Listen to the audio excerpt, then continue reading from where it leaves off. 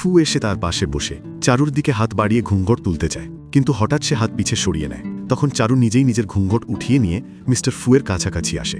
Mister ফু তখন তাকে দূরে সরিয়ে দিয়ে বলে, শোনো, আমি তোমাকে সরাসরি এবং স্পষ্টভাবে বলছি, আমি তোমার সঙ্গে রুম শেয়ার করতে পারবো না। তখন চারু বলে, কিন্তু কেন? সে বলে, আমি একবার বলে দিয়েছি তো বাস। চারু তখন বলে, আচ্ছা, আমি বুঝে গেছি কেন আপনি আমার সঙ্গে রুম শেয়ার করতে চান না, কারণ আপনি রোম্যান্স করার জন্য প্রস্তুত না। মিস্টার ফু তখন বলে, তোমার বাজে কথা বন্ধ করো। আমি এটা এই কারণে বলছি কারণ আমি খুবই অশুভ। ছোটবেলা থেকেই আমি একা থাকি।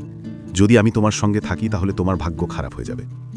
তখন চারু বলে, আমি এসব বিশ্বাস করি না। মিস্টার ফু তখন চারুকে জিজ্ঞেস করে, আসলে তুমি আমার সঙ্গে বিয়ে করেছ কেন?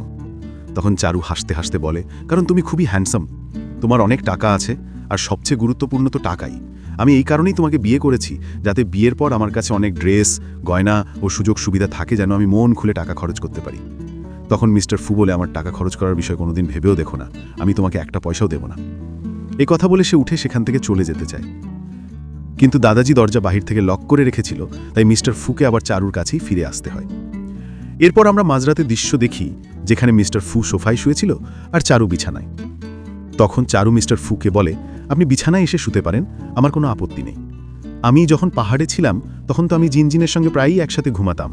তখন ফু জিজ্ঞাসা করে, এই জিনজিন কে? চারু বলে, জিনজিন আমার ভাতিজা।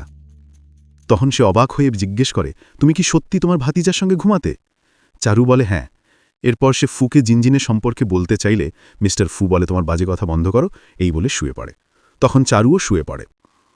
তাদের ঘুমানোর পরই চীনের মা সেখানে আসে আর বলে, মিস্টার ফু, আজ তোমাকে কেউই বাজাতে পারবে না।